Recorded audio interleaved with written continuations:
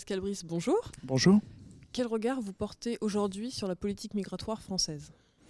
Écoutez, c'est un regard qui englobe une situation qui concerne non seulement la France, mais l'Europe et le monde occidental. Moi, je suis frappé de voir qu'un peu partout dans le monde occidental, aux États-Unis, en Europe, dans d'autres pays que la France, en France, au Brésil aussi, on voit de plus en plus de crispations, d'interrogations. Et donc, je crois de plus en plus indispensable de pouvoir avancer vers la mise en place de règles de droit au niveau national, européen, international, qui soient des règles claires, transparentes et appliquées pleinement. Et qui d'abord, vous le comprendrez de la part d'un ancien directeur de l'Office de protection des réfugiés, soient pleinement respectueuses du droit d'asile. Le président de la République l'a écrit dans sa lettre aux Français à propos de ce grand débat national, l'asile, c'est sacré, on n'y touche pas.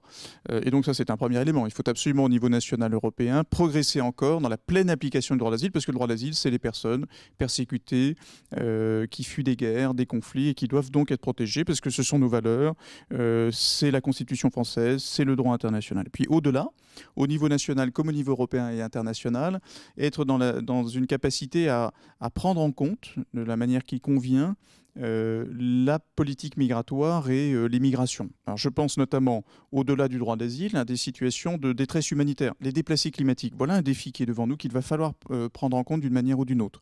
Et puis la migration économique, l'organiser de manière légale, dans des limites. Parce que je suis de ceux qui pensent qu'il faut du droit. Le droit, ça doit être pleinement respecté dans toutes ses dimensions. Lorsqu'on parle du droit au séjour, c'est bah oui, vous avez le droit, vous êtes étranger, vous avez le droit de rester en France, d'abord parce que c'est notre devoir, vous fuyez des guerres et des persécutions, ou parce que nous pensons qu'au titre de la migration économique, c'est bien. Et puis il y a des limites, c'est-à-dire que celles et ceux qui n'ont pas le droit au séjour doivent effectivement quitter le territoire national. Donc c'est ainsi, je crois, qu'au niveau national, européen, parce que c'est décisif, l'Europe a été très défaillante sur ce plan au cours des dernières années. Au niveau international, il faut pouvoir avancer, parce que vous voyez bien, on parle de quoi ? On parle de choses fondamentales, on parle de notre capacité, comme Français notamment, à faire place à celles et ceux qui sont différents. Les étrangers, mais ça peut être aussi des gens qui sont différents de nous pour d'autres raisons. Et donc c'est un enjeu tout à fait vital. Vous venez de terminer votre mandat à la tête de l'OFPRA. Quel bilan vous en tirez ? Écoutez, on est rarement bien placé pour tirer son propre bilan. Ce que je peux vous dire, c'est que nous avons, avec les équipes de l'OFPRA, transformé l'OFPRA en 6 ans. L'OFPRA est une institution qui protège plus et mieux qu'il y a 6 ans, au sens où lorsqu'il faut protéger, parce que ce sont les critères du droit qui s'appliquent, nous les appliquons mieux qu'auparavant. J'en donne un exemple. Vous savez, il y a encore 6 ans, c'était le juge en appel qui protégeait le plus par rapport à l'OFPRA. Ça, c'est fini. Maintenant, 3 fois sur 4, quand il faut protéger, c'est l'OFPRA. Donc ça, c'est un premier élément qui est central. La mission de protection est, je crois, mieux accomplie. Nos délais ont été considérablement réduits. C'était 8 à 9 mois il y a encore 2 ans. Aujourd'hui, en 3 mois et demi, à l'OFPRA, vous avez une réponse. Il y a une réactivité qui s'est accrue. Vous avez sans cesse des équipes d'officiers de protection de l'OFPRA qui sont à Malte aujourd'hui, au Niger, au Tchad, dans les grandes villes françaises, à Nantes, à Rennes, au Proche-Orient. Une véritable réactivité, puis une capacité aussi à travailler avec tous les acteurs qui, dans la société française, des associations, des bénévoles, des travailleurs sociaux, des élus, des patrons, des syndicalistes qui sont engagés dans l'accueil et l'intégration. Voilà, je crois que chacun s'accorde à dire que l'OFPRA, en 6 ans, a changé de visage. Il y a encore beaucoup à faire. Justement, ça c'était le bilan positif. Qu'est-ce qui reste à faire ? Qu'est-ce qui pêche ? Sur quoi il faut travailler ? Il faut continuer à préserver absolument le droit d'asile. Ça, c'est la vocation de l'OFPRA.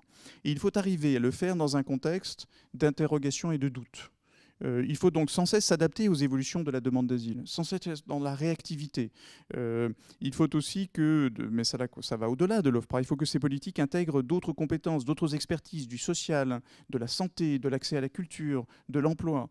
Et donc je dirais qu'au-delà de l'OFPRA, c'est ça l'enjeu, même si en ce qui concerne l'OFPRA, l'enjeu c'est aussi de continuer à se moderniser pour continuer à réduire les délais avec une condition absolue, c'est d'être totalement fidèle à notre mission de protection au titre de l'asile.